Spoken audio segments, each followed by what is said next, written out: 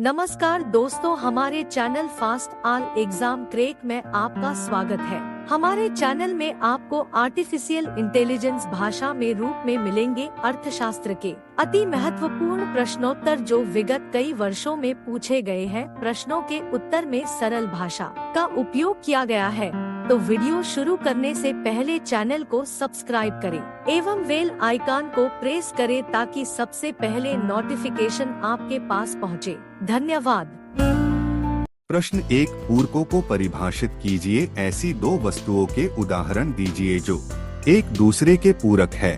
उत्तर, ऐसी वस्तुएं जिनका प्रयोग साथ साथ किया जाता है पूरक वस्तुएं कहलाती है, जैसे मोटर के साथ पेट्रोल, डीजल, फोन के साथ सिम कार्ड इत्यादि।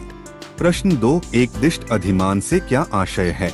उत्तर, उपभोक्ता किन्हीं दो बंडलों में से उस वस्तु को अधिमान देता है जिसमें पहले बंडल में वस्तुओं की अधिक मात्रा तथा दूसरे बंडल की तुलना में वस्तुओं की मात्रा कम ना हो, उसे एकदिष्ट अधिमान कहते हैं। प्रश्न 3, निम्न स्तरीय वस्तु किसे कहते हैं?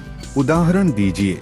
उत्तर, वे वस्तुएं जिनका उपभोक्ता की आय से विपरीत संबंध होता है निम्न स्तरीय वस्तुएं कहलाती है। उपभोक्ता की आय बढ़ने पर इनकी मांग कम हो जाती है तथा आय घटने पर इनकी मांग बढ़ जाती है, जैसे देशी घी, मोटे अनाज इत्यादि। प्रश्न 4, उपभोक्ता बजट को समझाइए।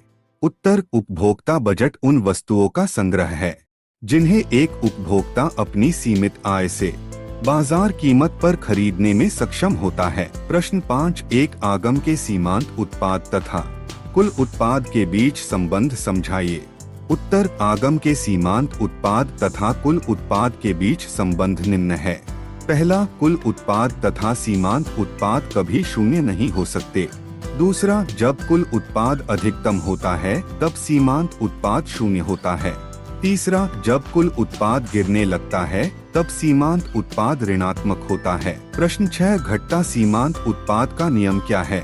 उत्तर, अन्य साधनों को स्थिर रखते हुए जब एक परिवर्तनशील साधन का उपयोग किया जाता है तब एक स्तर के बाद उत्पादन में धीरे धीरे कमी आने लगती है, उसे ही घटता सीमांत का नियम कहा जाता है। प्रश्न 7, वस्तु विनिमय प्रणाली क्या है?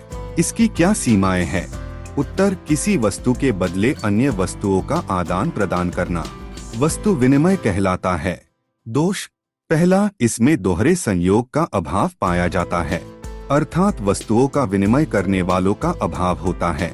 दूसरा, इसमें वस्तु विभाजन की समस्या होती है, जैसे गाय। तीसरा, विनिमय का क्षेत्र काफी सीमित होता है। चौथा, वस्तु विनिमय में वस्तु के मूल्य मापक का अभाव होता है। प्रश्न 8, व्यावसायिक बैंक के कार्यों का वर्णन कीजिए। उत्तर, व्यावसायिक बैंक के कार्य निम्न है। पहला, व्यावसायिक बैंक जनता की जमाओं को स्वीकार करते हैं। दूसरा, केंद्र सरकार की योजनाओं का लाभ जनता तक पहुंचाते हैं। तीसरा, आवश्यकता पड़ने पर जनता को ऋण प्रदान करते हैं। चौथा, व्यापारिक लेन देनों में मध्यस्थता का कार्य करते हैं। पांचवा, जनता को एटीएम की बैंकिंग, लॉकर जैसी सुविधा देते हैं। प्रश्न 9, आदर्श आर्थिक विश्लेषण से आपका क्या अभिप्राय है? उत्तर, आदर्शक आर्थिक विश्लेषण के अंतर्गत किसी विषय के अच्छे तथा बुरे परिणामों का मूल्यांकन किया जाता है। यह मानवीय व्यवहार के लिए आदर्श प्रस्तुत करता है तथा क्या होना चाहिए का उत्तर प्रदान करता है।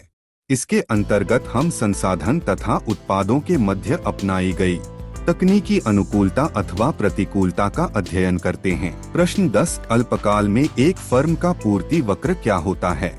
उत्तर, अल्पकाल में एक फर्म का अल्पकालीन पूर्ति वक्र न्यूनतम औसत परिवर्ती लागत से ऊपर अल्पकालीन कीमत वक्र का बढ़ता हुआ भाग होता है तथा न्यूनतम औसत परिवर्ती लागत ABC से कम सभी कीमतों पर निर्गत शून्य होता है। इससे संलग्न रेखाचित्र द्वारा भी दर्शा सकते हैं। प्रश्न 11, एक पूर्ण प्रतिस्पर्धी बाजार की क्या विशेषताएं हैं? उत्तर, प्रश्न 11, एक पूर्ण प्रतिस्पर्धी बाजार की विशेषताएं निम्न है। पहला, इसमें पर्याप्त मात्रा में क्रेता विक्रेता पाए जाते हैं।